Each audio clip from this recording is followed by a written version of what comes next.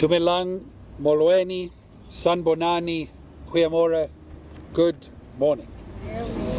It's good to be here with you in Johannesburg, Regional Chair, Regional Secretary, Councillors, members of ActionSA, because we're here to talk about the future of our city.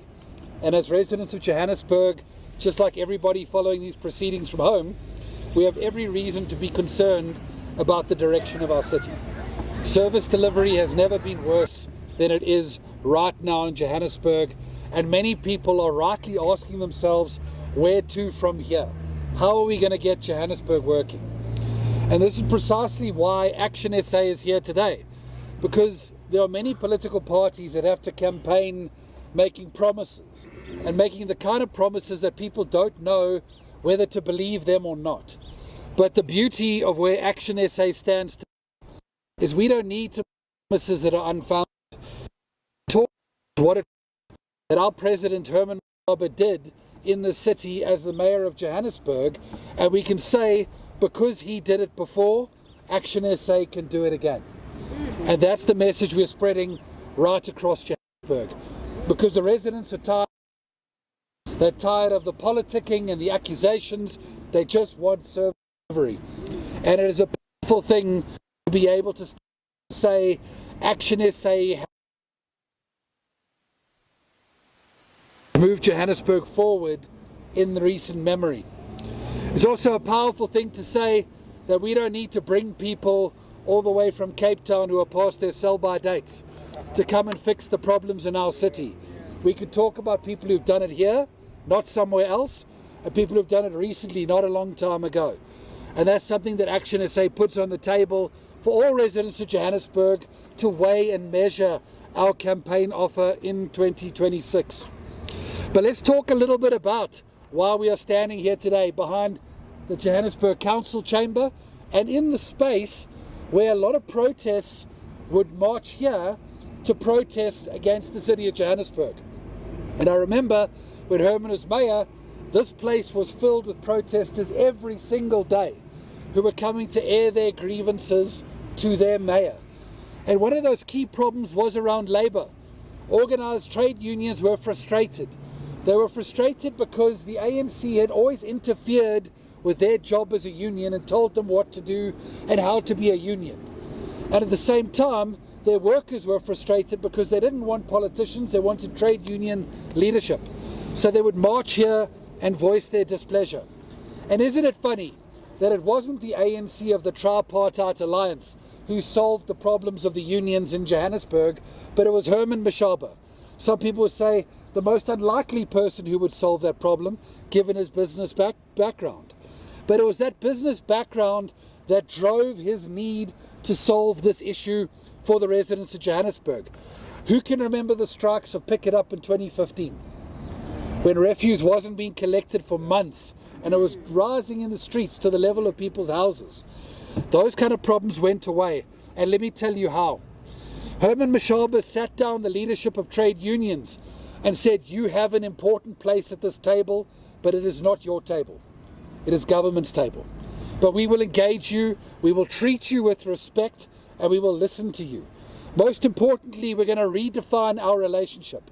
You are a trade union, go and be a trade union. We are a government, we're going to be a government. And that clarity went a long way because there was no political meddling and the unions were not told how to do their job and the government wasn't told how to do our job. And that's why that relationship improved. The unions also responded well to the efforts to rid the city of corruption, because you know it is the hard-working, honest workers of the city who are the first victims of corruption. These are the people who point out what is going on, and rather than being heard and rather than that being acted upon, they get victimized for it. And when the unions saw they had a mayor who was serious about fighting corruption for the first time, they realized they had a partner. And from there, Herman Mashaba did something that no mayor had ever done before. He produced a Memorandum of Understanding that was made binding in law in terms of the Labour Relations Act, and it was signed between the City of Johannesburg and the two represented trade unions in the city, SAMU and Imatu. And that particular agreement, a first of its kind in local government, established a new partnership between the city and the unions. And it wasn't anymore a situation where they had to be enemies with one another. They were partners in the work of delivering services to the people of Johannesburg. And what that MOU did was prioritize stable service delivery and said to the unions, we have 35,000 employees in our city. The best thing we can do to make Johannesburg work is make sure that the workers are well equipped, they are well trained, that there's a pathway for them, and that those who perform well can advance through the city and grow in their opportunities. And this led to a stable labour relations environment where both parties had to agree to focus on service delivery. It established platforms in the City of Johannesburg where either government or the trade unions could voice their concerns and say, we are not happy about this, that or the other, and a platform existed for those problems to be solved before they get to the level of generating instability that cripples service delivery. It offered the trade unions something no government has ever done before, which is an input into the budget. To say, when we develop our annual budget, given that you represent the people who are the front line of service delivery in our city, why don't you make inputs into what the budget should do so we can be more effective in the service delivery environment? And they responded well to that. It agreed that performance management would be done throughout the organization, where in many municipalities there's a contest between government and unions about performance management. In the City of Johannesburg, that was an agreement binding in law, that we would manage every single person on their performance, not just so that failing individuals can be removed from their job, but that well-performing individuals can advance in the organization. And finally, it placed a higher burden on the unions that before they could go on strike, more steps had to be followed to ensure that the city could prevent a strike, and the city could make sure that a strike, while it is the rights of the unions, becomes the very last resort after every effort has been made to prevent exactly what I described earlier, where the refuse piles up because Pick It Up or any other entity was on strike. And this arrangement worked. There were no strikes when Herman Mashaba was the mayor. And that's why all of the other things that Herman Mashaba achieved in his time were delivered, because he was not at war with the workers of the city. He was in a partnership with the workers in the city. You can remember as well as I can Herman Mashaba in his overalls delivering services alongside the workers of the city, because he wanted to show them leadership and he wanted to show them a way forward that showed them respect, it showed them dignity, and it showed them fairness for the important work that they had to do. Because for all the people you've got sitting in fancy suits in office buildings like this, it is the workers who fix the potholes, who restore the electricity when it's been out, who fix the burst pipes, and this is the front line of service delivery that Herman Mashaba got right when he was the mayor of Johannesburg.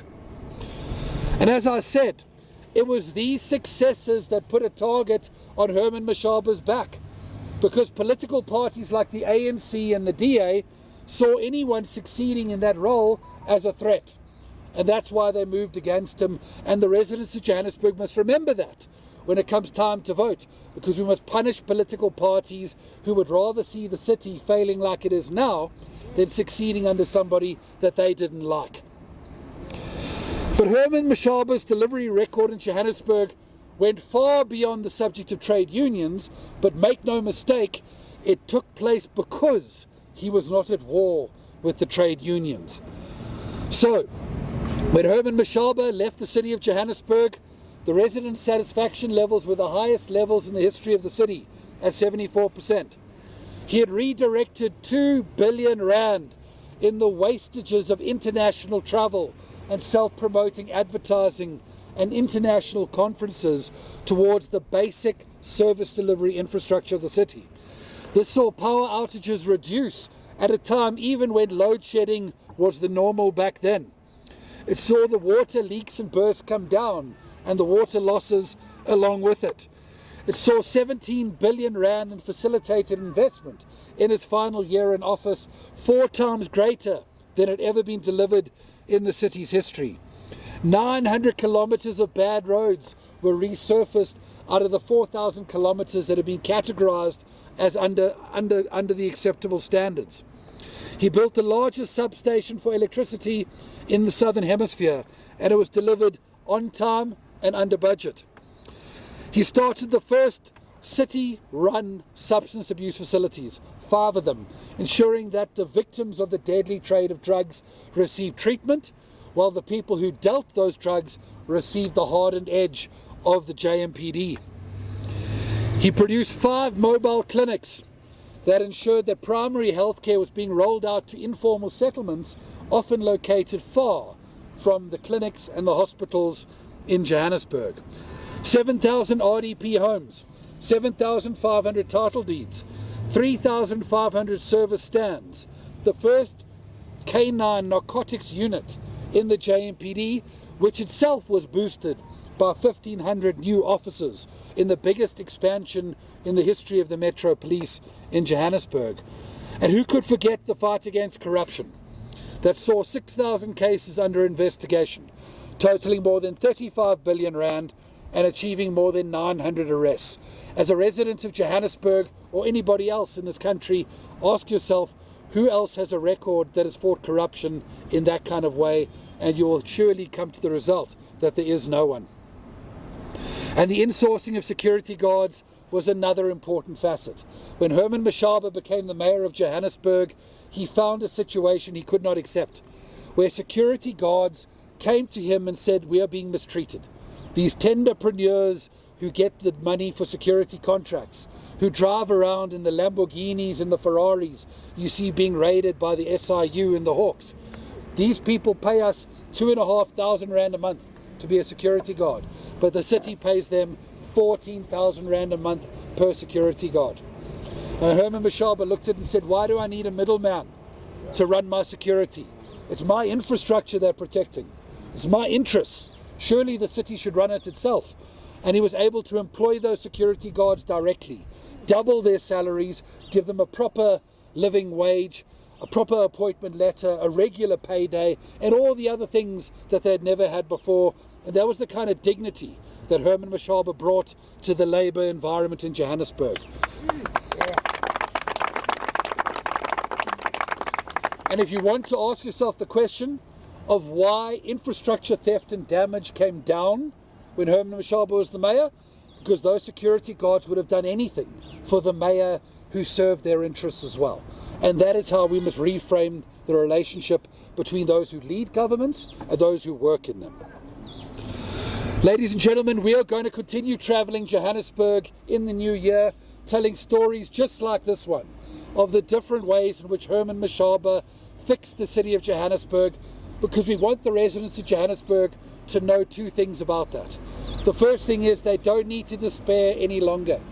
They don't need to look at their city and think it will never come right, because if they can believe it was working just 6 years ago, they can believe it can be working again next year.